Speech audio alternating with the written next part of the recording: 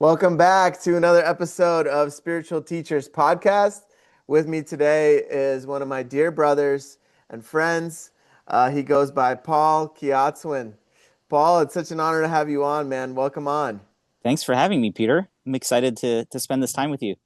Yeah, it's gonna be awesome. Paul is a servant of the people.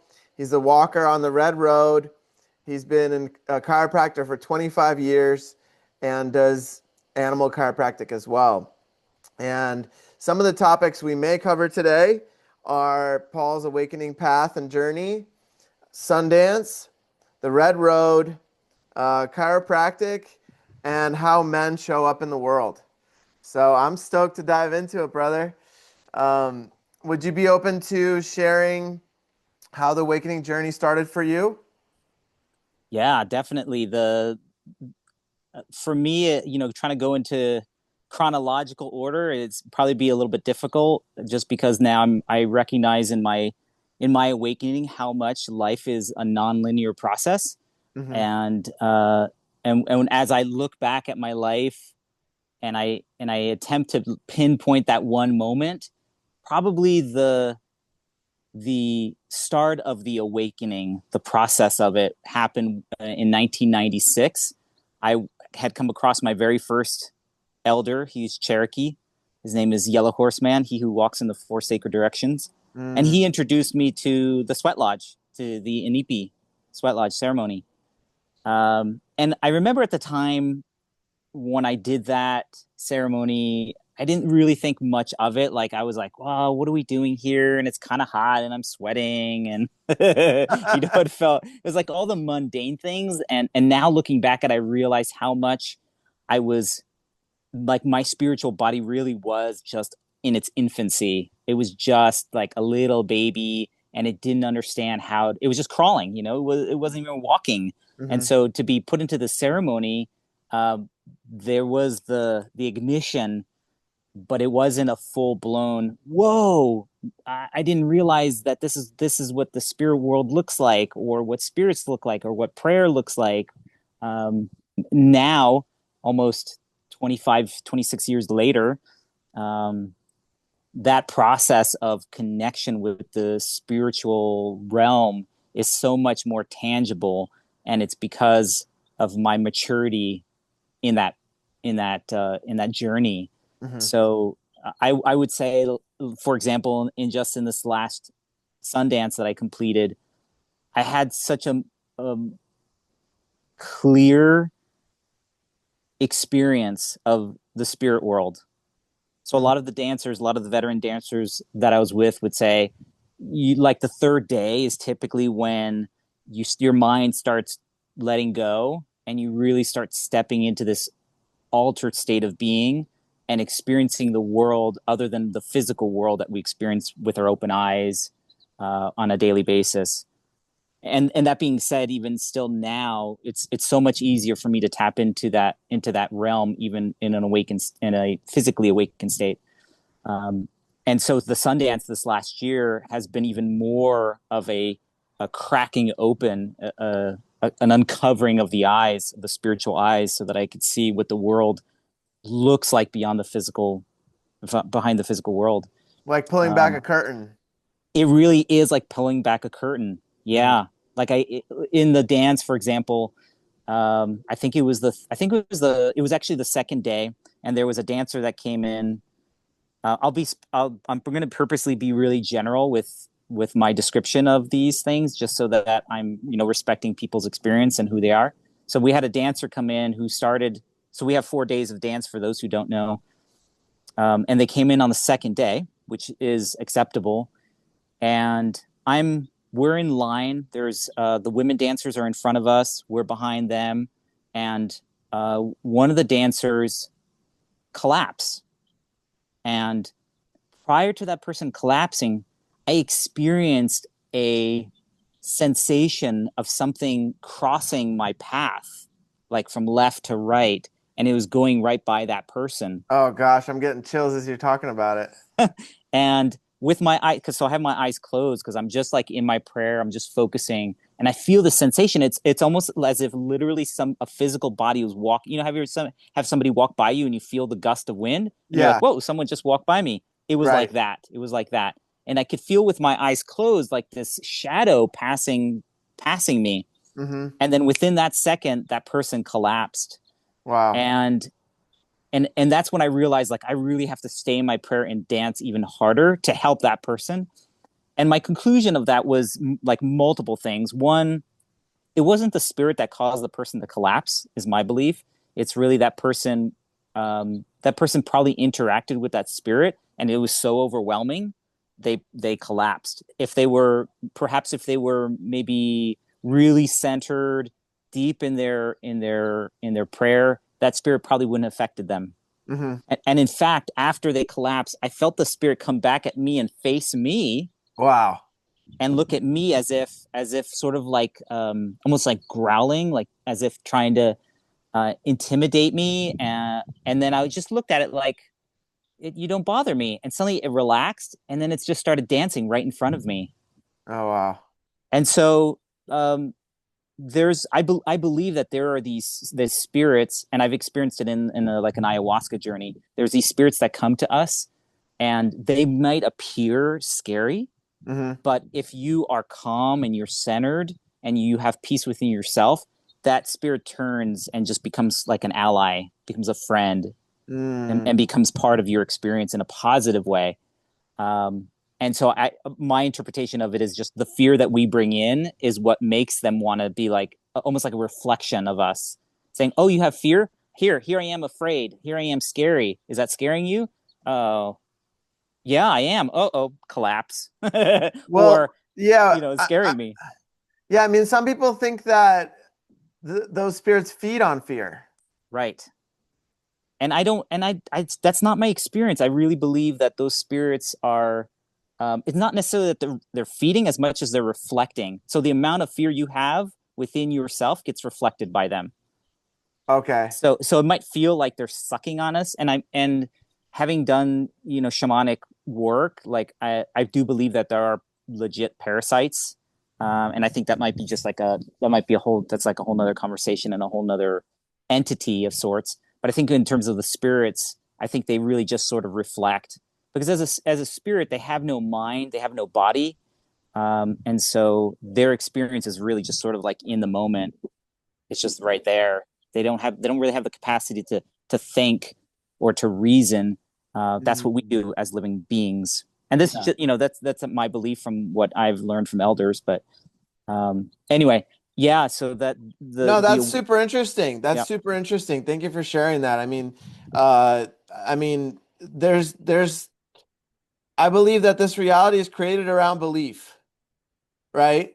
So yeah. it's like what we believe is what our reality becomes, right? Hmm. So that's my perspective, and I think that some people need to experience these experiences that other people don't have, because there's a deeper lesson for that soul. That like maybe they need to step into their power, so they need to face these things to do that, or really facing and overcoming the fear and realizing that it's an illusion, like those kind of things. I think that it's almost like we manifest these things at certain times in our life. And it's so interesting we're talking about this, because I've been out here in the mountain house in Pennsylvania, and this is where I started my awakening. And I had everything started out here for me like 12 years ago. And I remember I wrote out a journal, which I'm turning into a book, and I'm reading about it, right? And I'm like, okay, like these things were happening then, and I didn't know how to deal with it. I was like you said, like an infant in this reality, right? And then now where I'm at with the tools that I have, it's like I know I can feel and sense why these things are happening to me, and I don't need as much support from my guardians and things like that as I did in the beginning when I was just like a little baby crawling around, you know? So, yeah, I'm really happy that you mentioned that. And for those people that are listening that have never heard of Sundance, sometimes people hear Sundance and they think of the music festival, but this is not that.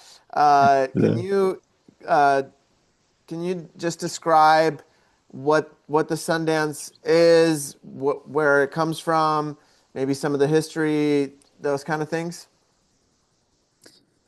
Yes.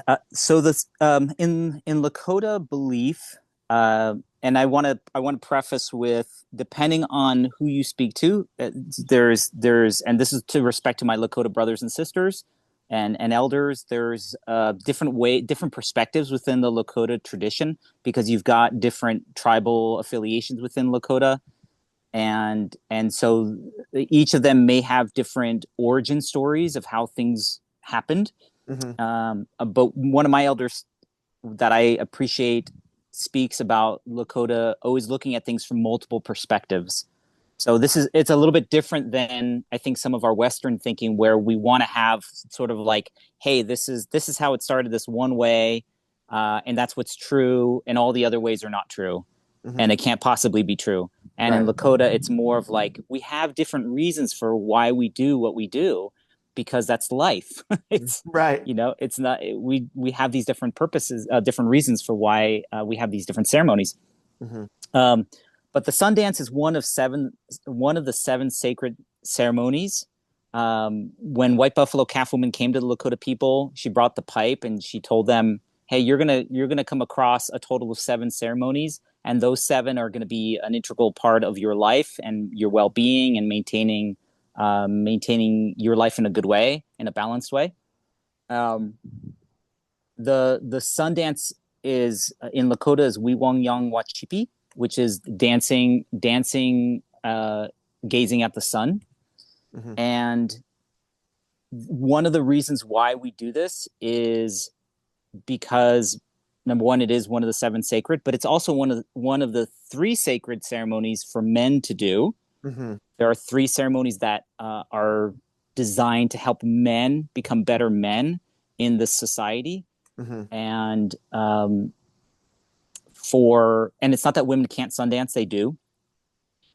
But for us as men, it helps us to connect with the energy of creation.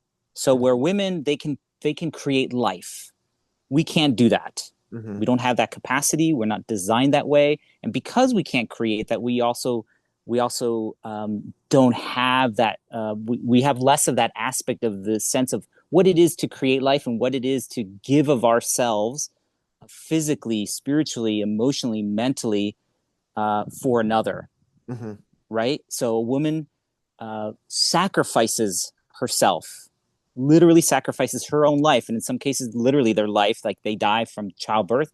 And when they do live and thrive and survive from birth, giving birth, it's still a sacrifice. They're no longer the same person they were before, Hmm. as much as they might try to. And Right. I think that's like another conversation too of how do we honor women and how do women honor themselves in this new way of being as mothers. Um, and so the Sundance is an opportunity for us men to be able to give of ourselves. And the only thing that we can give of ourselves is our flesh, Hmm. our blood. And so within the Sundance, although it's not mandatory, the Sundance, you can pierce your skin, and when you pierce your skin, you are attached to a tree that's in the center of an arbor, and you break. And when you break, that flesh is then cut off, and that's put into a prayer tie, into a robe, and that's your prayer that you deliver. So the Sundance is it's 4 days of purification, and then 4 days of the actual dance itself. And I call it like the Super Bowl of Lakota ceremonies because it requires the whole community involvement. Every person has to be involved. There's no way you could do this by yourself. Whereas like Humblecha, Vision Quest, you could do that by yourself, right? Hmm. Just go up to the Yeah. mountains by yourself. Um, And so Sundance for me is like the most beautiful ceremony of the Lakota people, because you go and you pray for those 4 days with no food, no water. You're dancing during the day, and then at various times during the day you're taking breaks, and then at night you sleep, and the next day you repeat, and you do that for those 4 days. And you typically will go into the Sundance with a prayer as a dancer. You're going in with it might be one or two prayers. I know some dancers who have been dancing for multiple years and they have like 5 or 6 prayers that are really strong, it's like you want to amplify this prayer. You want to supercharge it. You want to send it out to the universe with as much of your intention and your heart and your physicality that you possibly can. Mm-hmm. And so the Sundance allows us as men and for women to be able to do this, to be able to go with your prayer and make that prayer and send it so that it'll be heard and that it can be manifest. Mm-hmm. So Beautiful. that's a Beautiful. little bit of the Sundance. Yeah, yeah, beautiful. Yeah, there's a lot more to Yeah. it, Yeah. but that's I think that's a really great introductory explanation. So that's awesome.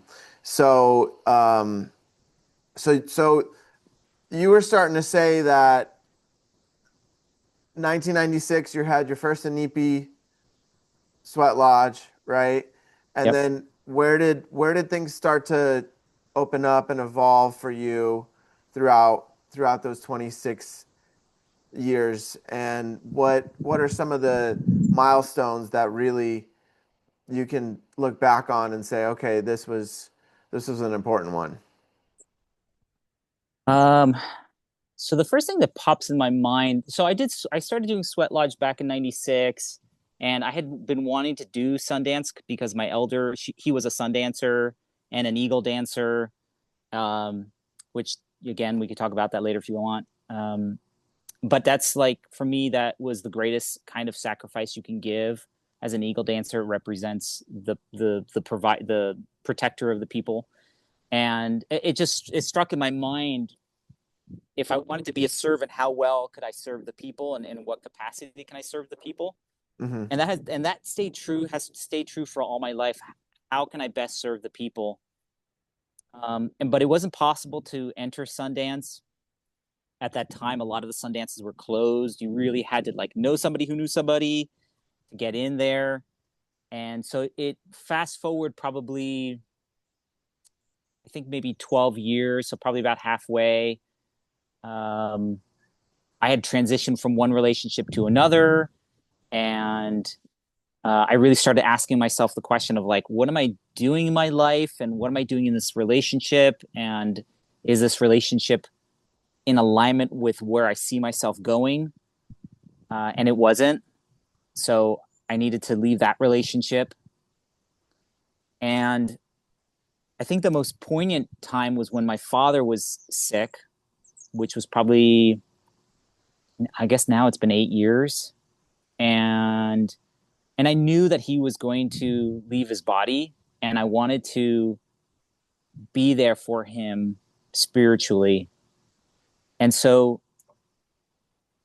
I had spoken with a couple of people who had done like hospice work, who had done spiritual counseling, and uh, I spoke with one person in particular who said, the best thing you could really do is just be there for him for his own process in death. Mm-hmm.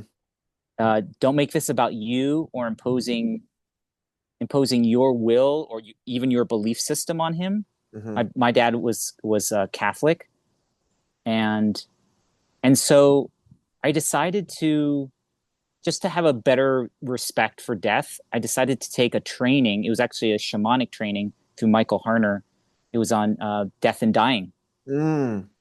And the training was very much about how to get into an altered state of being, an altered state of mind using drumming so that you could connect with the spiritual world. Mm-hmm.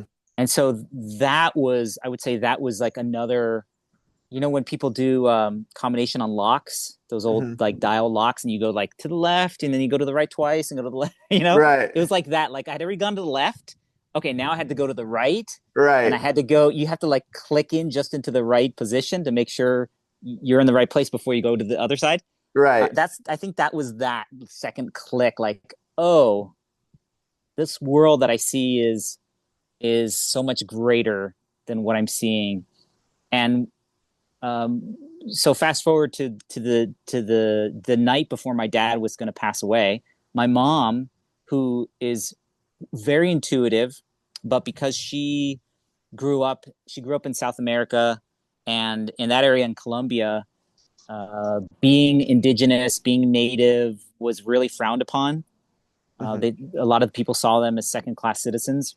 And so my mom was really, really sort of reluctant to embrace anything that might seem non Catholic. And Hmm. being intuitive in that capacity was not, people were kind of like, whoa, you can't, that's not Catholic, if you're using your intuition. Hmm. But she'd always have these like crazy things happen to her. And she was just like, I don't know what to do with it. Anyway, so I say that because just like the week before my dad passes away, my mom calls the whole family in and says, "Hey, let's all get together Hmm. because I want everybody to take this time to say goodbye." She like intuitively knew that it was happening. It was going to happen. No doctor had gave us a time frame or anything, and so everybody came to the house, and we all said our goodbyes in some fashion, and then everyone started leaving, and I just had this feeling of like, I think I should stay here with my mom tonight. And she was like, yeah, please, that would be great. And so in the morning, just I think it was just before the sun came up,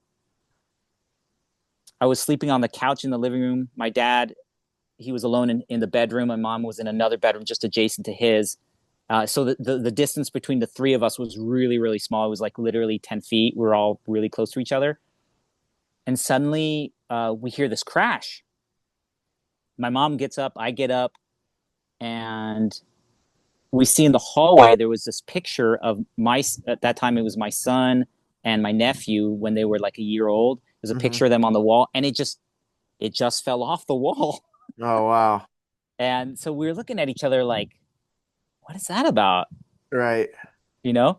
And so she went back to bed, and I got back onto the couch, and within seconds I had this like awake asleep dream of this man with a light behind him approaching me, and he looks at me, and I can't really see his face. I can't quite make out the details of his face, but I could definitely feel the energy. It's like just love, compassion.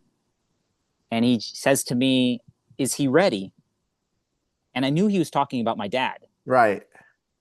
And I get up off the couch, and it's like I'm holding my dad in my arms, almost like a little baby. And I lift him up and I give him to this person. And I said, he's ready. And he takes him, and then they're gone. And suddenly my mom wakes up. She calls for me and says, come to the room, come to the room. And I come to the room. She's like, check your dad. I don't think he's breathing. And I check, I've got my stethoscope. I'm listening. I'm feeling. My heart's racing. So I'm listening to this.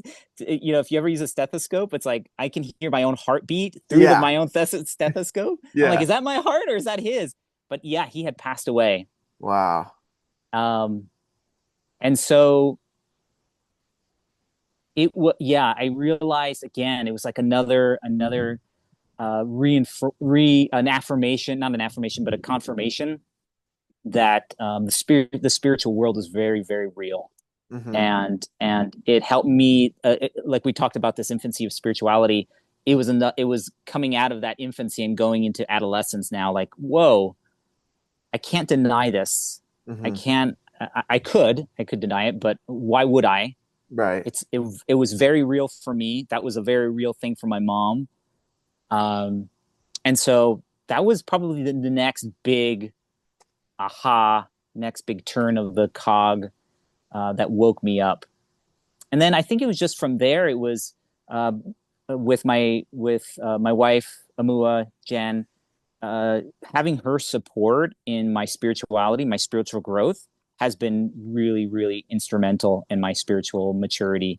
Mm-hmm. Her like sort of like tenacity in saying, "Hey, do this work.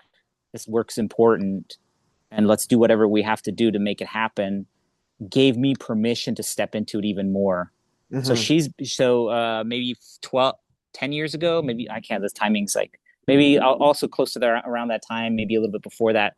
My wife got into doing a ceremony called Long Dance. It's a women's ceremony that happens annually in the central coast of California. And she was invited. And so she brought me along, and the women dance from sunset to sunrise, and the men hold space outside the camp. So we're not part of that dance at all in any fashion in terms of visualizing it, participating it. We step outside of the camp completely, and we hold security perimeters while they're doing their dance, so they could be safe, both physically and energetically. Mm-hmm. And so that was the next elder, who was Hua. She's the clan mother, my clan mother, Mm-hmm. who has been really instrumental in helping me see the value of women's ceremony and women respecting their place in our society, and doing their own work, which translates into my own work. Mm-hmm. So I could not have my wife do her spiritual work without me doing mine. Yeah. They go hand in hand, and in a marriage, in a relationship that we have, we either are growing together or we're not, and Mm-hmm. it's always going to be, someone grows a little more than the other if you want to try to quantify the whole thing, but we both are like supporting each other in that spiritual process of maturity, and seeing where at some point we're going to get to the place where we are then the elder or the teacher, and we are helping others to advance themselves, to better themselves, to grow themselves. It's beautiful. Yeah.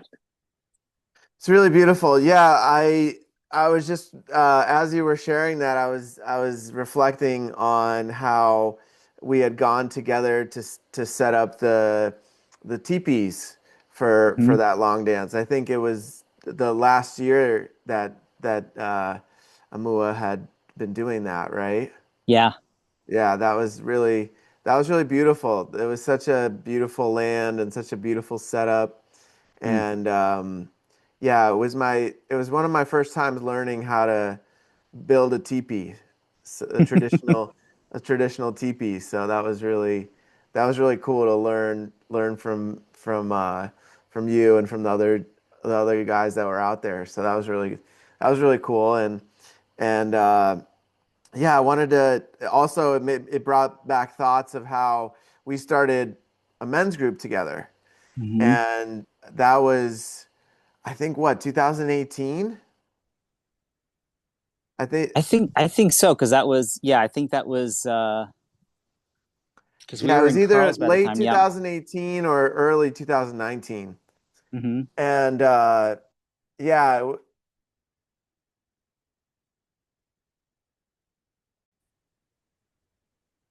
so we were just talking about how back in 2019, early 2019, late 2018, Paul and I, with one of our other buddies, started a men's circle, and we were doing it in your converted garage, right? Which was really cool, and it was just like really nice because we didn't have a name for it. We didn't like make it a big deal. We just invited our friends and whoever they wanted to bring, and it was just like it was really nice, right? Like it was just like a really nice way for us to hold each other accountable and to do some of that deeper work that was really important, as men. And it was for me, it was like a foundation for all the different men's groups that I attended and started and was part of after that. So yeah, it was a really nice time, a really great to reflect on that as you were sharing. Yeah, I wanted to say how much I appreciate how much you just move forward with the co-creation and creation of that. And I think that's, talking about, as we're sort of leading into how we can be as men, that's one really great example of how we can show up in the world, which is, if you have an inclination to do something, just do it. It doesn't have to be complicated. If you're yearning for camaraderie, for brotherhood, for belonging, then just do it. Just seek it out. Mm-hmm. And like if it, like we kept it pretty straightforward, but we also like kind of went with the flow with it. We ended up doing some meditation with it. And we had some really beautiful men show up for that who were very, very appreciative. And it was, I think the time always went by really fast. It was like, oh, we're done already? And Right. yeah, we're done. Okay. Anyway, so yeah, I think for men who are watching your podcast, young men in particular, who are feeling isolated, or they're feeling like they don't know what to do. Number one, you're not alone. And two, like this is a very primal need for humans to belong. Right. And whatever powers that be that are attempting to divide all of us, I think that's where that's successful, is it creates division instead of unification. And so I believe that some of the work that we need to do as men is to step in and say, hey, let's find our commonality. Let's find the place that we can all agree upon, and then just hold space for each other so we don't feel so alone. Because unfortunately, there's so many young people they're taking their lives because they just feel lost. Yeah. And it's so painful. I'm one of three brothers. I'm the youngest. So most of my life I've had a sense of belonging. Probably a little bit more as an adult, I've felt a little more lost, until I found, my spiritual path. And I could see how, if you're like an only child, that might be really intense, or you're a child with like a single parent, or no parents, fostered, any of those kind of combinations, or even if it just seems like you have a normal life. I think for the most part, we're isolated in these really small family units. It might just be two or three. And that's just that's not the design. I don't believe that's the human design for us to live in that way. No. I don't think we can thrive. Yeah, thank you for that reflection, brother. I mean, it's I totally agree. I think that it's so important for men in particular to gather and to see other men and witness their journey, right? There were so many times in different men's circles I've been in where I think I'm having a really rough time, right? And then the guy next to me, man, he's really having a rough time. And so it just puts things in perspective, and it also there's so many different aspects to it that are there's like this primal desire inside me, at least, to like gather with brothers and to be around men that I really appreciate how they navigate the world, and I think you were a really great co-facilitator, because I really loved the way that you present yourself and the way that you navigate as a man, and I really always honored the way that you just show up. I knew that I could always count on you if I ever needed anything. I could always, for me, those kind of qualities are really important.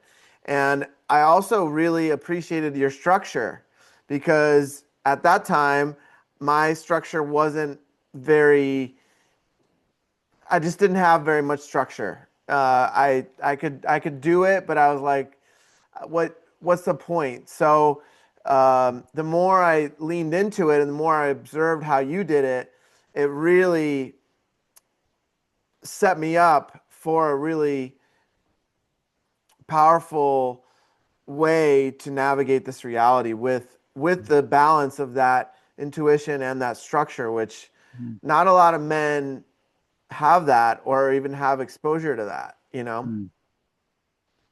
Yeah, I can see. I think that speaks into how we can learn from each other, Hmm. and we don't need to make it into a competition, although we could, and that's always fun too. But Right. like, just a friendly competition of like, hey, I look how structured I am now. Right, right, right. But and I have felt of you, Peter, the level of your intuition has I've always been super impressed by that, like your ability to Thank you. tap in very quickly, very deeply, um, has helped me as well to relax into that and to not be afraid of it, Hmm. and to use that as a model. And again, I think that's where like a men's group, a men's circle can be so helpful, that we could Hmm. be models for each other. Like somebody has a skill set like yours where you've been working on your intuition, and you're following your life in that way. Wow, how could I do more of that? Or, oh, look, here's Kiat's win, and he's got the structure. Maybe he's kind of hyper structured, but what can I get from that? What can I glean from that and bring into my own life to bring more balance into my life? For sure. Right. Yeah. So it's like really working like more as a team, as opposed to, well, I just need to be better than him so I can, achieve X, Y, and Z faster or better, or get more accolades or whatever it is. Yeah, and Yeah. I think that it's never about the competition with anybody but self, you know? Yeah. Like when it's something like you know, I my competition with myself from yesterday is with myself from yesterday, right? Like I Mm, want to be a little bit better, even if it's like a 0.0001% of yesterday. Like what does that look like to me? Like what does better even mean, right? Like mm-hmm, and it doesn't have it though. To me those answers come from a higher place, right? Like it's not an egoic thing, or even though there are aspects of like money and things like that that I strive to to hit different milestones with. But at the end of the day, it's like, how can I be a better man, right? Like, mm, how can I show up more for others? How can I be of service? Kind of like what you were saying when we opened up the podcast, right? Like a man of the service to the people, and that looks different for every single one of us. It could look like a phone call from my buddy who's just went through a breakup. It could look like meeting someone at a garage sale and letting them know about, you know, working with crystals, or about the podcast that could teach them whatever they're looking for, whatever it is, right? Like it's not a space of ego. It's a space of like, okay, what can I do to step more into my authenticity, more into who I want to be. Like, okay, I really like the way that my teacher, my spiritual teacher there does XYZ. What steps can I take to get a little closer to that? mm-hmm. Yeah, and because our paths are so unique, the going from point one to point A to point B is going to look different. So, like you Mhm. say, oh, I see my elder when for example, I look at my first elder, Yellow Horseman, who is he's a sun dancer, and when I first saw him and met him, I thought, oh my gosh, this guy's like way advanced. Mhm. How will I ever get to that place For where I can sure. be like as cool as he is Right. spiritually, and now I look at myself and I'm like, oh, I feel like I'm arriving to that place, Mhm. and that's pretty cool. Like it's taken me the amount of time it's taken me. Right. If that's 25 years, 30 years, yeah, that's what it's done, um, and that's okay. Yeah. Yeah. Yeah, Yeah, absolutely. Because in that time, there was all different kinds of lessons that you had to yeah, go through. That also you also raised a child through that whole period, and there's all these different things that for certain people, that's just the way I believe our soul chose to evolve or move through these types of remembrances sometimes, or newer soul experiences. mm-hmm, So mm-hmm, yeah, I'll tell you what, man. I mean, uh, I think showing up as a man, right, can look different for every person. Just like our journeys look different, as every person. And I think that for me, it was like taking what I didn't like aspects of my father, for example, right? And then taking other aspects that I did like from him, from my grandfather, from you know different teachers and babysitters, whatever that I had that I really appreciated from the masculine side, right? And just learning that it was okay for me to create this version of it for myself, what it looked Mm. like just for me, and not striving for it to look like anybody else. It was just taking the little strands of the shirt and resewing my own shirt, you know.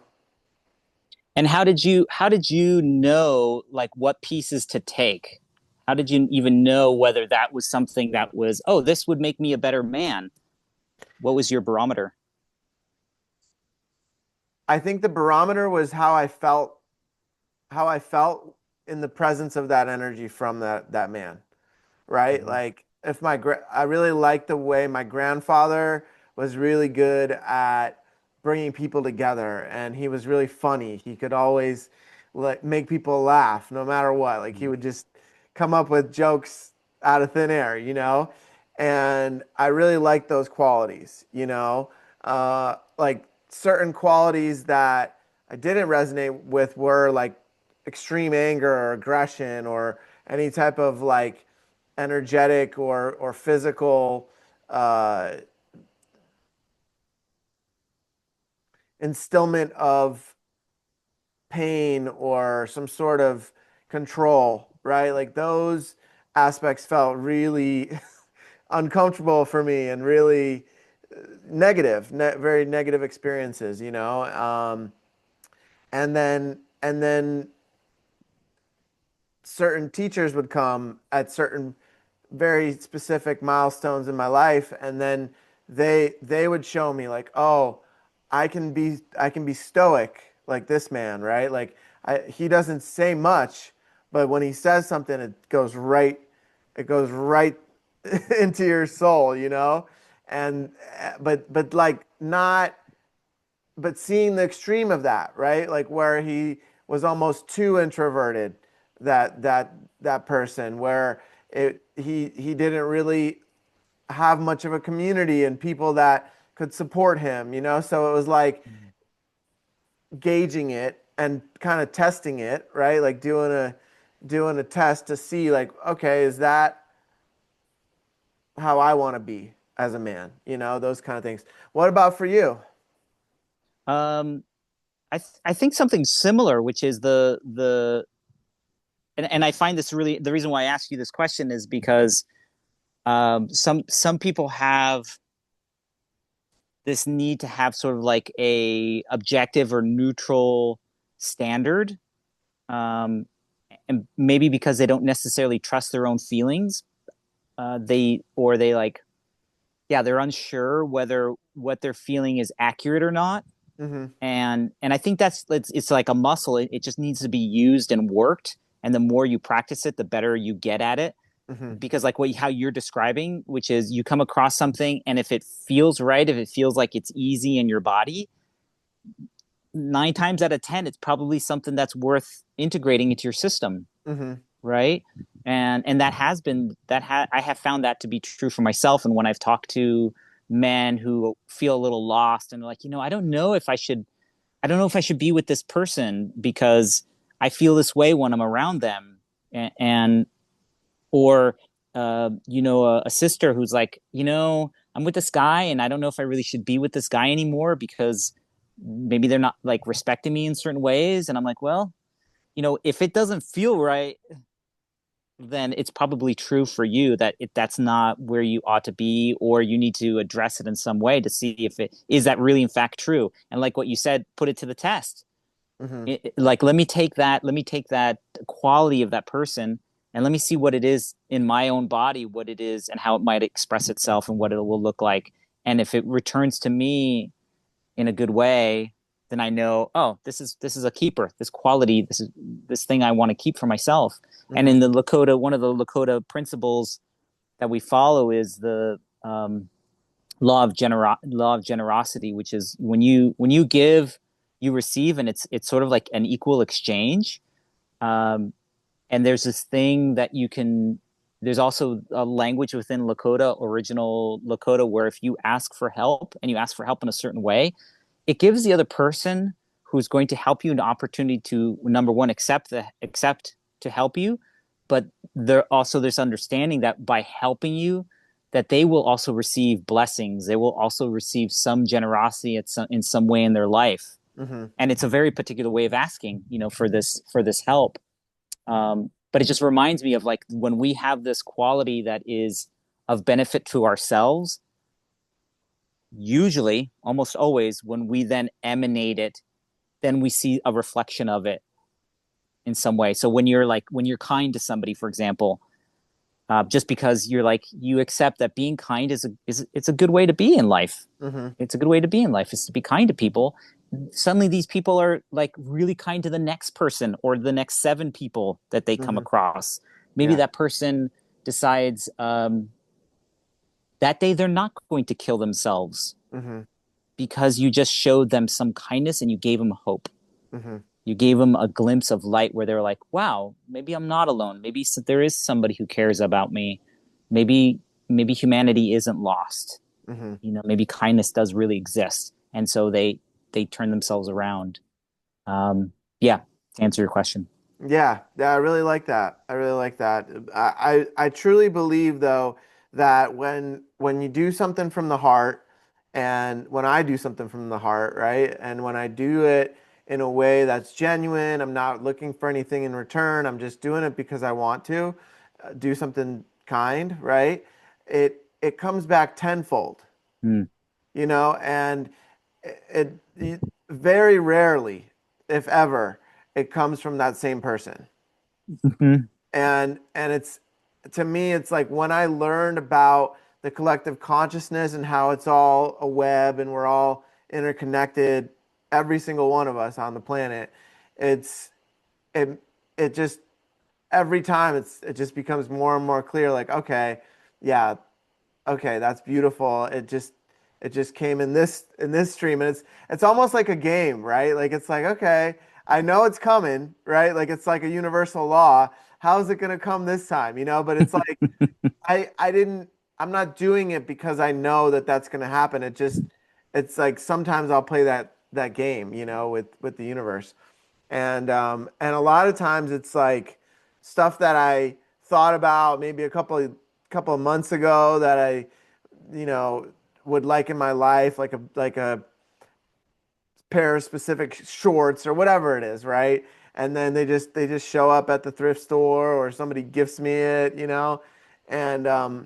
And I think it's a certain frequency too, right? Like Mm-hmm. I've mentioned in a podcast before where it's like I've had when I live in that frequency, I'll hang out with friends that are in that frequency, right? And I'll be going on a trip and I'll need a backpack, like a specific large camping backpack that I'll take with me on my trip, right? And I'll be like, oh, I wonder, I'd like to have one. I gotta start looking for one. And then without asking, my friend that I'll go to lunch with will be like, "Hey, I got this camping backpack that I just don't need anymore. It's in the car. Do you want it by any chance?" Like that kind of stuff is undeniable to me. It's Mm. like it's about giving and receiving and asking, and navigating from here, from the heart. Yeah, I think what you're touching on with is like the frequency, navigating from the heart. That's a really important piece when it comes to making prayers that I have learned in my praying process. My skill set in praying Hmm. is establishing what's the frequency of my prayer, and it's my prayers have become much less about the asking, and sometimes there is asking, and it's much more about setting setting the setting the tone, which is a frequency of what it is that I already see happening, Uh, right? So it's something that's in my heart that I have, that I hold, that it's sort of like this sweet thing that I really sort of desire to be. And instead of, say, for example, saying, "Oh, I really want strength. I'm going to pray for strength." Mm-hmm. Because when you pray for strength, then you might get a difficulty in order for you to show up, so you can prove how strong you are. Right. And which is great too. There's nothing necessarily wrong with that.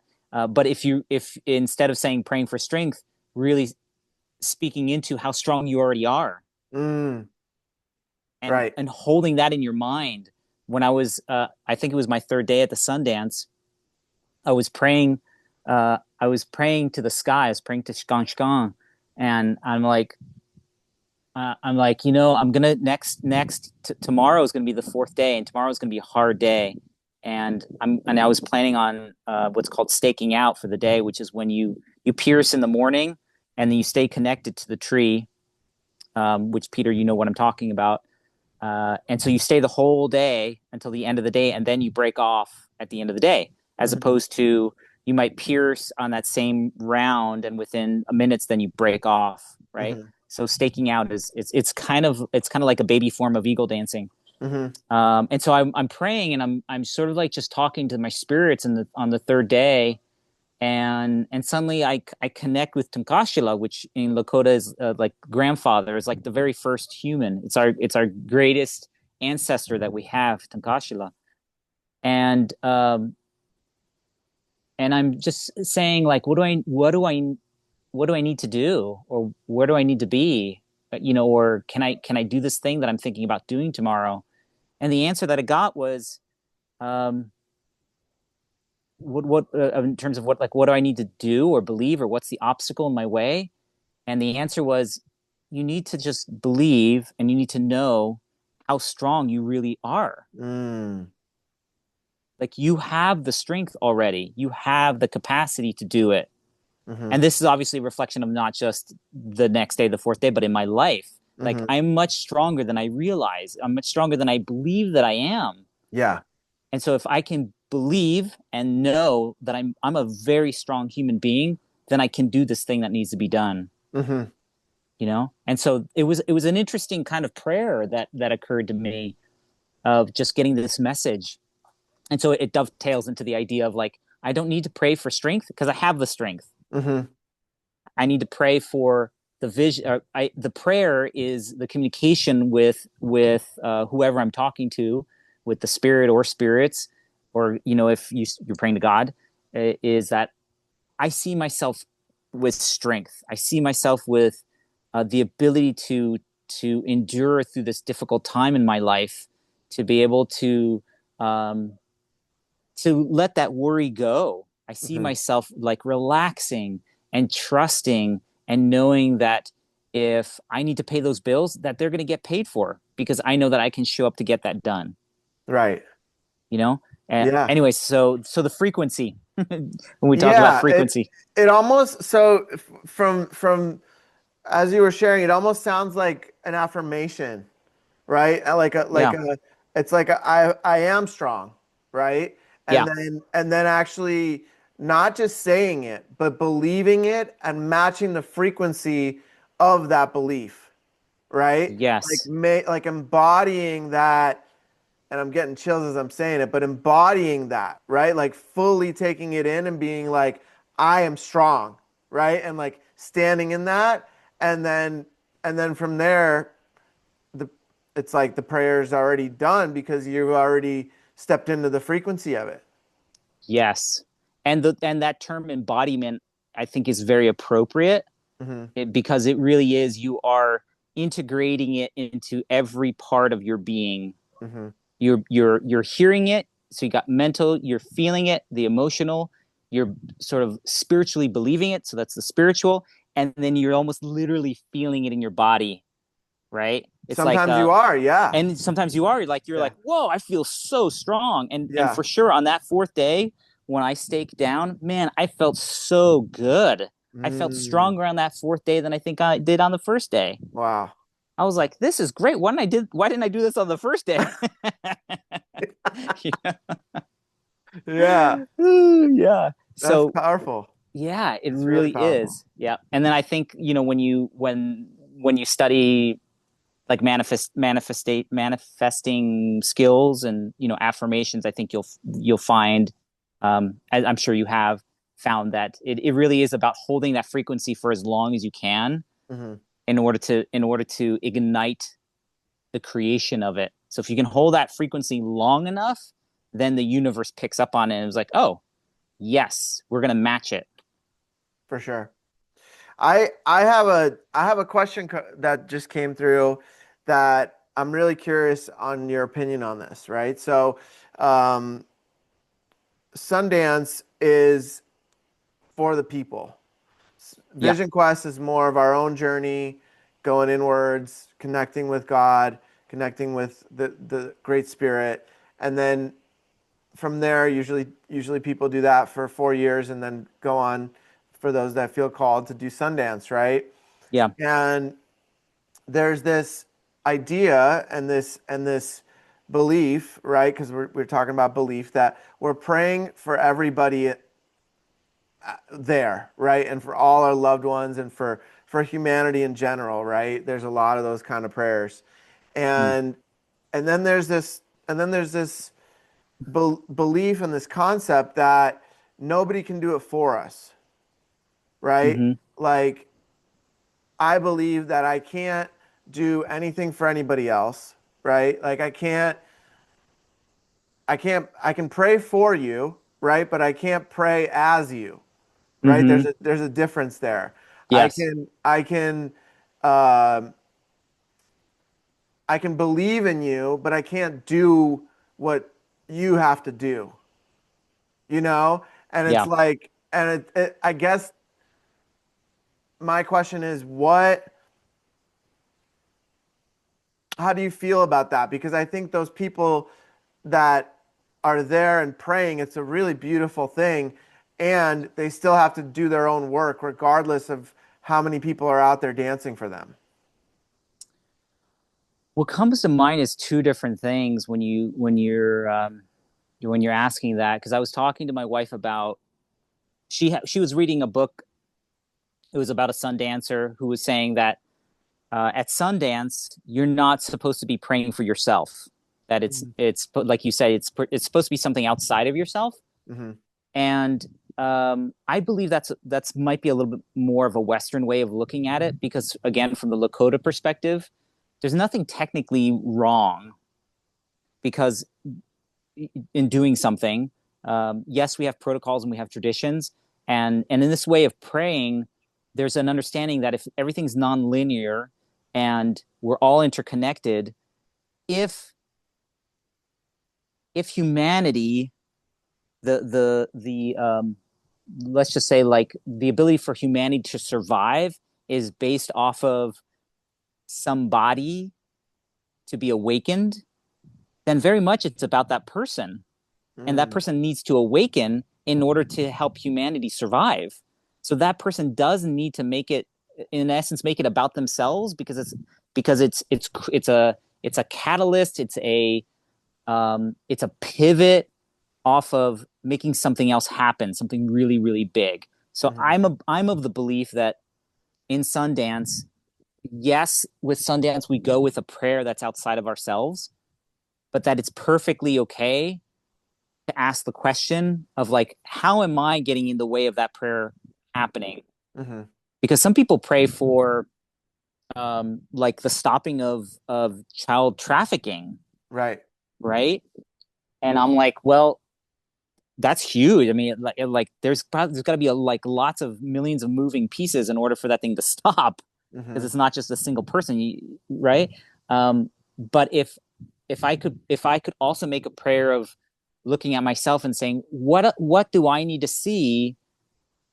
What needs to be a little bit clearer for me to know what the step is that I can take in order to make that vision of seeing that particular behavior action to stop, to right. change, Mhm, right?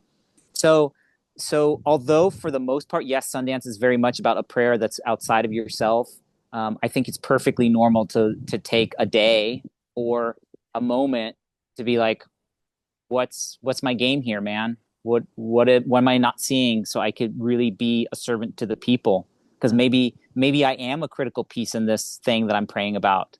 Mm-hmm. Um, so that was one thing that came up in terms of we're like, how are we praying, or what are we praying for? Mm-hmm. Um, and there was something else I lost in terms of you were talking about praying for the people or for the community, right?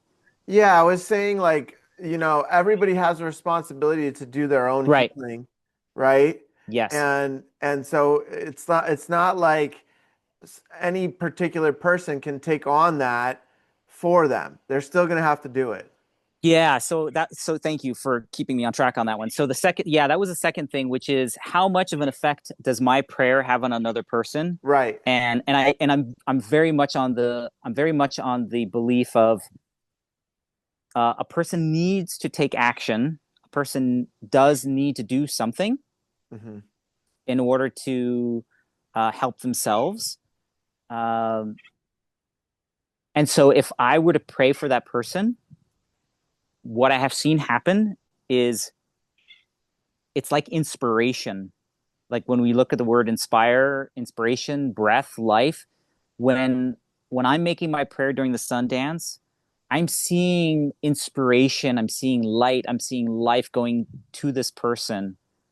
And it might be like just that little bit of inspiration, that little bit of boost in their chi, in their life force, to be able to turn their life around, Mm-hmm.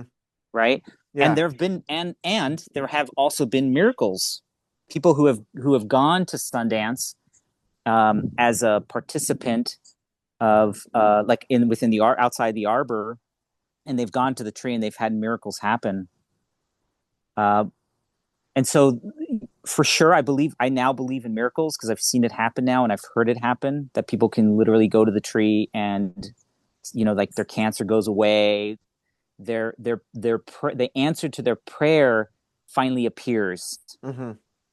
Mm-hmm. And I think that goes into what you're saying, which is I can pray for somebody and say, I see you being healthy, and I see this thing that you need to overcome to allow that healing to occur. Mm-hmm. And then that person has the sort of that responsibility of saying, cool, now I need to do the thing. Maybe, and it could be subtle, right? It could be just that one person they need to talk to that has the answer, or it could be 5 or 6 people they need to talk to get the answer that they need, Yeah. to get the support that they need. So I believe it's all happening simultaneously in a nonlinear fashion, and it's very possible to help people in that physical, non-physical way, in the spiritual way. I really like that perspective. The image I got in my head was like either turning the key to open the door for them, or like cracking the door open and now they see that there's a light and they can open the door, like it's it's really interesting because that little bit of chi, which is, it's all energy, right? Like that chi, that prana that you're sending through the prayer to that person is working in these ways that science can't explain, but something is shifting, right? And Yeah.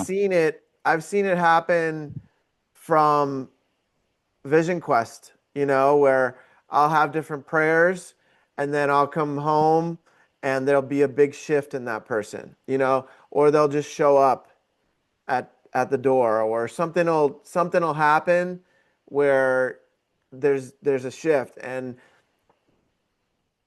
I've seen it happen consecutive years in a row where it's like my mind is like, oh, okay, maybe that was just a coincidence, and then it's like, nope, it happened again. So like it's working. So it's, yeah, that I really like that perspective, and yeah, it's really interesting, and it kind of ties back to what we were talking about with how men should or would be great for them to show up. Did Did you receive any messages or anything like that during your Sundance about that? Yeah, I had a lot of things come up around that. And then and it was confirmed, the messages that I received, sort of like the instructions that I received, the do it this way instructions that came to me have already been presenting themselves just a couple weeks after Sundance as I'm interacting with people. And um, so in no particular order in terms of how we can be better men. And if there's women listening to this podcast, it definitely applies to them in this way, which is if a man is a godly man, I believe that he is going to be a better man. And I use the word God just because it's a common term that can mean a lot of different things depending on your spiritual belief. Mm-hmm. I have my own belief system that varies from like Catholic and Christian belief. But what I mean by a godly man is somebody who sees himself in connection with something that's greater than himself, Mm.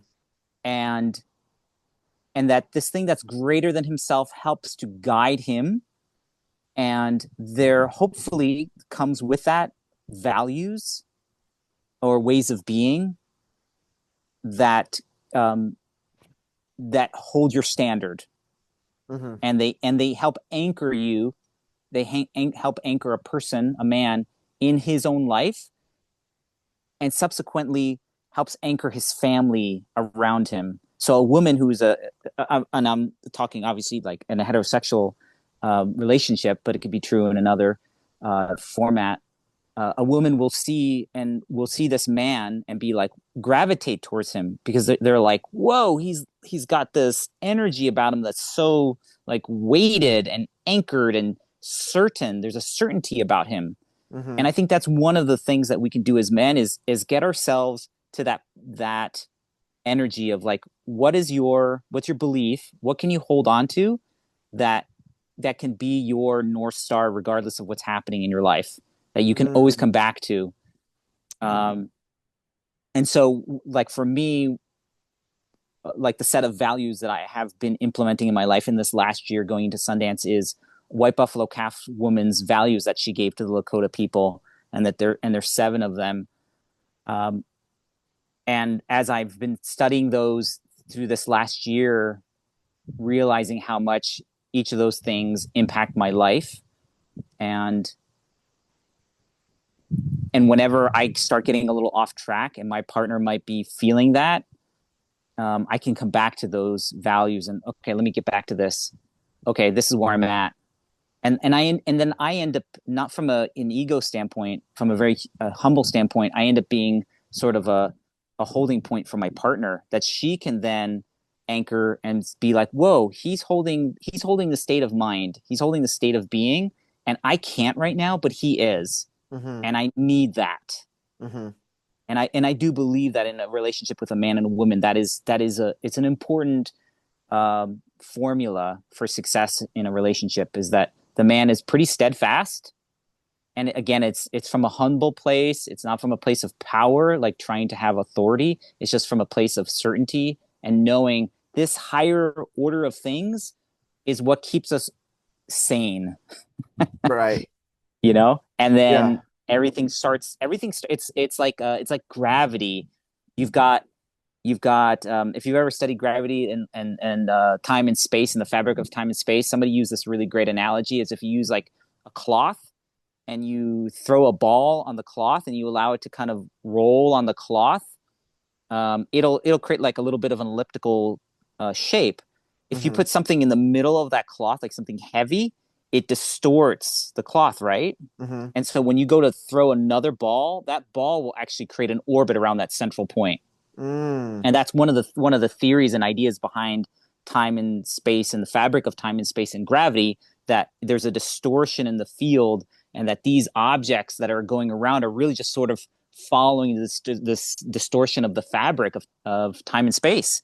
Wow, And I, so I I really believe, like the way you describe that. That's really yeah, interesting. yeah. So as a Yeah. man, imagine as a man us doing that again, Mhm. not from a place of ego, not from a place of like I want to control the orbit of this thing. Right. It's it's really more of like the design of the universe is this way. If I can hold the center, then my favorite moon can encircle me, Hmm. and it's going to have an influence on me because the moon does, right? The moon has a Hmm. huge influence on the earth, just like the sun. That's what the earth, the moon and the sun create the tides and all that cool stuff. We can do the same as men. Is we could create this like almost like our own gravitational pull of sorts.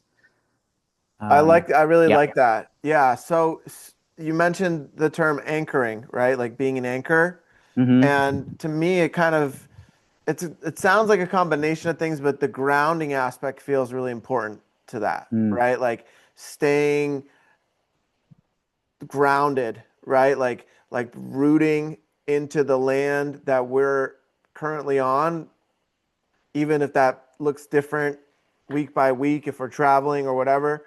Mm. But like for me, I think that connection to the land, that sacred connection, like thanking the land, really feeling ourselves barefoot on that land, Mm. having that energetic electrical connection with the land, and really from a really genuine place, like showing so much gratitude to that land for holding us for whatever period of time we're there, right? Mm-hmm. And if it's just for a moment, just for an hour, whatever it is, right? Like just grounding into that, and then in those moments, right? Like when you do find yourself kind of off center, right? What are some of the things that you like to do or have found effective for you to bring you back into that centered place? There's number one, having a daily practice, I think is really key. And it can look different for every person. For me, I've always been a very physical person. My physical how I interact with the world is on a physical level is pretty high. Mm-hmm. And so I do some physical practices now that have been very helpful in setting myself up for the day. Mm-hmm. So there's the the cold plunge in the morning. Mm-hmm. There's the breath work in the morning. Mm-hmm. There's the greeting of the sun in the morning. Mm-hmm. There's the prayer that I use. You know, I've got long hair, so I braid my hair. I was taught by my elder. Uh, every braid is a prayer. So the longer the hair, the longer the prayer. And that's Mm-hmm. something I do every morning, Mm-hmm. and it helps set that tone for the day. And I've always, fortunately, maybe I've always been a pretty grounded person, and that comes pretty easy for me. Yeah, you Uh, for sure are one of the most grounded I know. Yeah. I can't take any credit for it. It's just the way I was designed. So I'm like, okay, cool. One less thing to worry about. Right. Um, yeah, but in the moments, having a toddler, for those parents who are watching who have children, I have a 4.5 year old who he tests my levels of tolerance like no other. Yeah, he You does. know, I'm just like, oh, there are times when I just totally crack. I'm just like, man, no parent points for me that day. Um, uh, and thank goodness for my wife, who she's very very good about looking at these things that aren't working and trying to figure out like how to make them work better. Mm-hmm. And she's been really great in doing the research, I think. And not to go totally off topic, I think this is another skill set that women have that men generally don't have. I would say like 80% of the time women are just so much better at nurturing children. Mm-hmm. Like they also have this tolerance for them that I'm always like, oh my gosh, that's how are you staying sane in this moment? Um, Yeah. and so she is like, and she's also like a mama bear when it comes to making sure that he's healthy. So she's done lots of research in figuring out like different approaches to the madness that is a 4.5 year old toddler, and how to, Right. what are the strategies that we need to have as a parent to be able to manage that. Mm-hmm. So yes, I can calm myself down, and it typically is. It's usually pretty quick. If I have to step away, that usually means I'm pretty cooked. But I can in the moment, I'm in the moment. I can breathe. So I think Uh-huh. breath in general is fantastic Mm-hmm. to be able to stop, breathe, be in the moment, Mm-hmm. and being in that moment and that place between what just happened and what's going to happen um, helps reset my system very quickly. And, Well, I and just and watched you do it for the people that are watching on video. yes, It was really, it was really subtle, but I just yeah, watched you shift it. It was yeah, really yeah, cool. Yeah. yeah. So So what were it's you doing in that moment? What are you envisioning? Can you share a little bit what just happened? um, yes, it's a quieting of the mind, Okay. and it's very much just not even thinking of anything. Like if you can, and that takes practice. It definitely is not something that I've always been able to do. But I have gotten really good at literally taking just a moment,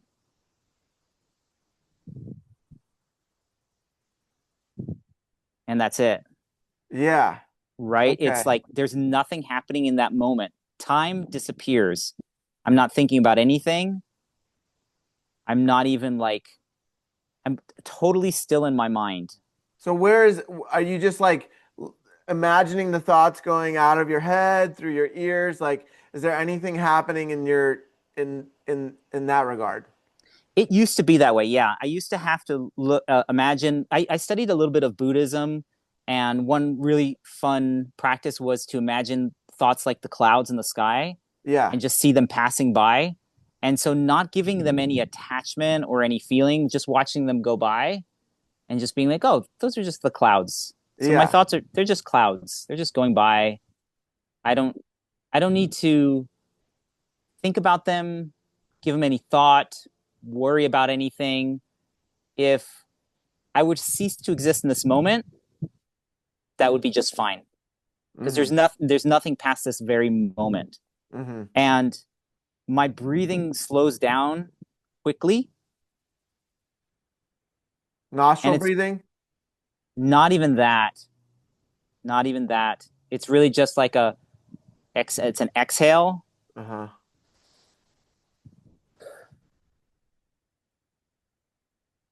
Right, just one breath. That's it. Yeah. You relax your nervous system. Are you thinking about like let's say you're feeling a tightness in your arm right now, right? Like are you thinking about that relieving or are you Nope. doesn't I'm just matter? going, no, it's, if you envision, and I've seen this in a couple different belief systems. I think the Buddhism, and the Buddhists have it, and I've seen it in another system, and even in Lakota, there's a little bit of talk about this, which is, and I've seen it in a deep, and I was in a really deep meditation, and I saw this core energy going from like where my heart is down to my solar plexus, and it almost looks like a vessel Uh-huh. of light that's just in this, like this part of my body here. Yeah. Um, and that core energy is almost like the very core essence of what I am. Right. So I am not Paul. I'm not Kiat Swin. I am not anything in this life. Right. Because when I drop this physical body, and I believe in reincarnation, so when I drop this physical body and I go to the stars and I come back, I'm going to be in a whole new body. Right. But the one thing that will still be the same is the very core of what I am, right? Yeah. Yeah. That's sort of spiritual soul. In Lakota, there's four parts of a soul, but there's one particular piece that always stays the same in terms Mhm. of like going with you from one life to the next. It does evolve, but for the most part, that's what we really are in Yeah. essence. And so that's also a place that I go to when I'm becoming very still and very quiet and Mm. resetting myself. Okay. And then I just take the breath, and I suppose having done it enough times, there's this beautiful magical place that I go to within a second, and everything just resets. Like Uh-huh. whatever anger I had, whatever upset I had, whatever frustration I had is gone, and I could literally just start fresh again, all anew. like Well, as if that's a it never huge happened. skill. That's a huge skill that you've seems like you've mastered. Yeah. Yeah, I guess I never thought of it being like as a mastery level, but it, when you speak of it, I guess it really is at the point where it comes becomes almost second nature. It's very, very easy to do for Right. me. Yeah. Right. Well, on medicine, on ayahuasca, or maybe on psychedelics, I I saw that our soul lives here, like right next to the heart, Mm. or in the heart, Hmm. and it was really interesting because different religious beliefs have different ideas of where the soul actually is, Hmm. but it resonates what you were saying, how this area here is where that soul resides, because there is, what is it, like 0.23 grams or something like that leaves the body when somebody dies, and people believe that's the soul, and it's been measured and tested, I don't remember the exact amount, but it's really small, and it's across the board. And Yeah, if you've ever been around anything that was living and suddenly dead, you can feel the difference in the physical matter, oh yeah.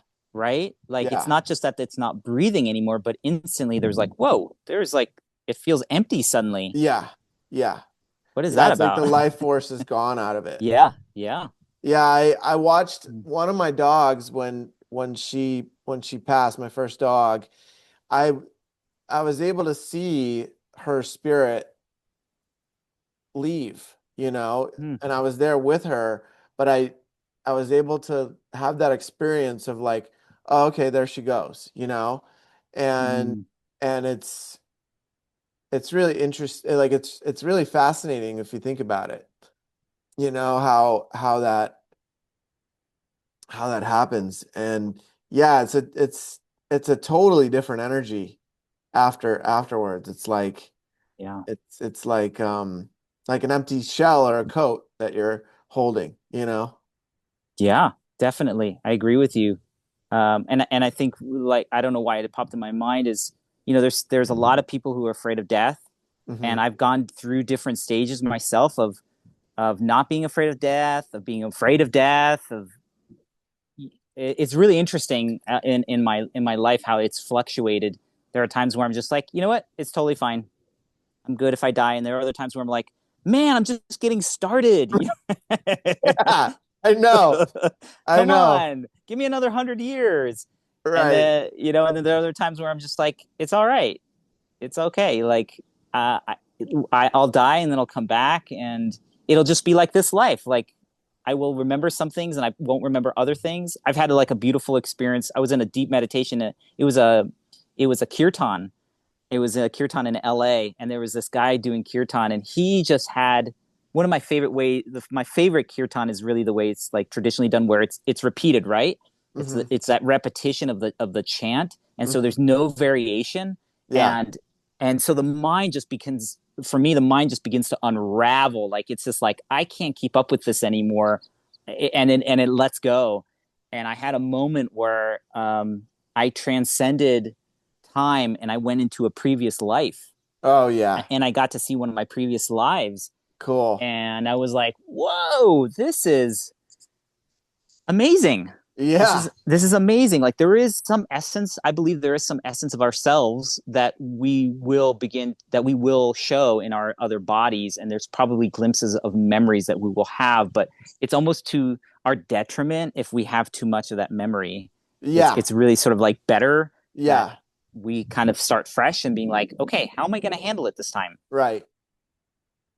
And I hope that for people who are watching and are wondering, is there a life after death, and that that they don't just believe me or you, that they continue on that journey and of discovery, and I really feel like if you continue on that search, you will find that there really is, it really does exist. There's enough, we'll call it science, and there's Yeah. enough confirmation from people that there's really something else, and it's pretty amazing. And you can spend your time worrying and being scared, or you could spend your time finding happiness, contentment, joy, and just sort of like sucking life out of the life, just Oh yeah. really digging your teeth into it and doing everything you can to express yourself fully and enjoy yourself, Yeah, it's like that saying, like, if this was the last day of your life, how would you spend it? You right? know, and it's like, okay, do I want to spend it just sitting on the couch watching TV? Maybe if it's a really good show, right? Yeah, yeah, Yeah. Or is it creating something, or it's like it can be different for everybody, right? But yeah, right. um I just wanted to add that there's this really fascinating story that you can look up on YouTube about this little boy that was like 3 or 4 years old, and maybe he was younger, maybe 2 years old, and he was talking, and he was telling his parents how he died in his previous life. And he told him, I was in World War II. I was flying this exact plane. I was in this platoon. And what was fascinating was those guys that he was in the same platoon with were still alive, and they were meeting for a World War II, gathering, right, of people, of veterans, right? And so he went to it, and he talked to those guys, and they confirmed that he was that guy, that he had, like, there was no way this kid could have known these things, right? Like, Yeah. he couldn't read, he couldn't look it up, he couldn't, you know what I mean? Yes. He just knew that that's how he died in his past lifetime, and that these people, uh Wow. and they confirmed it. And so, Wow. yeah, it's I don't know, if you Google around a little bit, it's you'll find it, but that particular case just was all that my logical mind needed to be like, okay, yeah, that makes sense, And I Yeah. think the reincarnation piece, once I put that together, it all started to make way more sense to me. Mm, Like, I started to understand why with certain people, with certain souls, I felt a really expansive connection.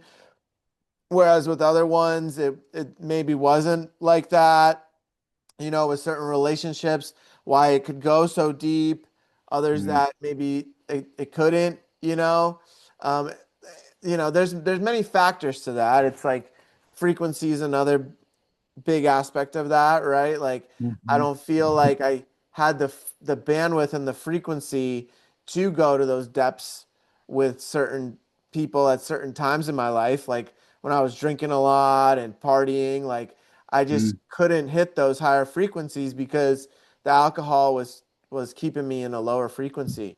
mm, And certain things like that can do it, and but it is very interesting for me to, with curiosity, explore those things, right? And it's also really interesting when those past life regressions happen, right? Like, for me, it's happened at Kundalini yoga classes. It's happened at myofascial unwinding mm, sessions and trainings. It's happened in deep meditations. It's happened eye gazing, mm, where with a partner, I would watch her morphing into, with an ex partner, I would watch her morphing into different beings from the past and from the future, like blue alien beings, and old ladies and young boys, like really changing completely, and just nothing, just not taking anything, not completely sober, just eye gazing. So it can happen in a lot of different ways. Has it happened in other ways for you? um, I'm trying to like that was probably the most poignant one. I don't think I've had it in other instances, but I really appreciate that you've had so many occurrences of that because it's like you and this is one of the things I really am impressed with you about is like your ability to pierce the veil to pierce reality, the visual reality that we have of this world, and to be able to see beyond it, because not very many people can do that. Mm-hmm. And taking it back to Sundance, and getting into, like, from day one, our intercessor, our chief said, when you go in, you're starting your first day, start your prayer right away. Mm-hmm. Don't wait till the second day or the third day or the fourth day. Yeah. You can start your prayer the moment you step into that arbor. Right. And that's exactly what I did. And I realized in doing that, you develop that skill set of being able to pierce through um, ordinary reality, and then be able to see these things that are occurring. Um, I've done, I've had more experiences like in shamanic world work with drumming, Mm-hmm. um, where I've transcended time and space. So, but I think for people who are wondering, like, how can I do that, or that's not possible, it's really like just practicing it. It's Mm-hmm. just doing it, doing it, doing it, doing it, and just trusting that, like, what you're seeing is really happening. Because at first it might be like in shades of gray, Right. right? You might just be like seeing silhouettes of things, or you might get a snapshot of a previous life where you're like, Right. whoa, what was that? Oh, Right. that's nothing, right? Right. Right. And so instead of saying, well, that was nothing, just say, oh, that was something. Okay. And then just trusting that every time you go into your practice, it'll become a more and more um, fuller colored experience, to the point like what you're seeing, which is you're seeing the person outside of you morphing, that's pretty cool. Right. I Right. don't think I've seen anybody morph yet. That's pretty. I'm Yeah. looking forward to that. Yeah. It was far out. It was far out. Yeah. I mean, I think that, I think that it is a muscle, like you said, and it can happen to anybody at any time, really. You know, it's like you gotta the for me the goal uh, of being a better man is also elevating in frequency, right? Like there's gonna be times when my frequency is gonna drop. I might be really sad about something, right? But I fully experience and feel through that, and then I go back to raising it up, and it's kind of like, waves, right? It's like, okay, today I'm feeling this way. I move through it and then start to build it back up again. And I think about, like your son and his generation, and how those kids may potentially be able to stay in that frequency all the time, right? Because for me, it's like I'll get glimpses of it. I'll go in and out of it here and there, but then for that generation, it's like they can hold it and be in that, and then their kids may be even like fully in it. So it's like it. I believe that that's kind of how the evolution is happening. It's like our offspring, our the ones that are coming after us, are able to use the genetics that we have and then amplify it even more. Yes, it's an evolution of yeah. I believe like what you're describing is that the of what we, our capacity of human beings, and what our capacity is as human beings, and for Yeah. sure, like we pass on through our DNA these things. Just like you probably like heard the experiment of done on mice, where they took a group of mice, and they had corn that they would feed them, and the corn would make them sick, and so they would eat the corn, and then they would get sick, and then those mice had babies, and those babies would avoid that particular corn, and it's like, how do they know to avoid that corn? Like, they've never had it. How Right. would they know, right? And I think that's saying it's something similar that happens in with humanity, that we're passing something on, and and that is one of the values of the Lakota, is to recognize and to acknowledge the generations. So we're acknowledging not just our ancestors, but we're also acknowledging the future. And so Mhm. the things that I do as a man, I have to consider how that might affect the generations after me, and not Mhm. just my own child, but from a community standpoint, how do the children around me are affected by how I am and what I do and what I say? Yeah. And so that's also a place where we can step up as men, is really look at like how do we speak to the children around us, Hmm. um and how we're like it's not even just that as our perception, our our state of mind affects them. So our us seeing them as a valued member of our humanity, of carrying on what we are, I believe they pick that up. They Oh yeah. sense that we look at them and we're like, you are an important being. You are going to carry on, um, our beliefs, our values, our morals, our standards, and then you're going to be teaching that. Like I tell my son, one day you're gonna teach your son what I'm teaching you about Sundance or Hmm. about drumming, and Yeah. he's like, oh, okay, Yeah. Yeah. in his 4.5-year-old way, like, yes, Right. I know that, Dad. I Right. Right. Yeah, your son is really tapped in, man. I love that kid so much. He's very connected to all the things, and having parents like yourself, and Jen is amazing. So, yeah, man, I'm really excited to see what he brings into this world too as he gets a little bit older, and what he's aligned with, which is super exciting and interesting as well. Yeah, definitely. Those people who talk about how children are here to be our teachers, Yeah. I think like that's how they're being our teachers, is they're asking of us, they're asking of us to look at ourselves and look at how we need to learn about what we need to learn about ourselves. And so in that way, that's a teacher, right? They're like Yeah. a teacher oftentimes takes a Socratic method, of asking the question, as opposed to saying, do it this way. It's more like, well, how do you think you should do it? How is Hmm. that done? Why do we do it that way? And then we need to really ask ourselves, like, yeah, why are we doing this way? Right. Right? Right. Oh, okay. I guess I need to study up a little bit more so that I can give you an answer of like, we do it this way for this reason. Hmm. Oh, okay. Got it. Yeah. Yeah. Well, Paul, it's been such an honor to have you on the podcast. I feel like we just broke the surface here, as you know, as expected. With we could keep going for a couple more hours easy. So, I'd love to open the invitation for whenever you want to come back on. Love to.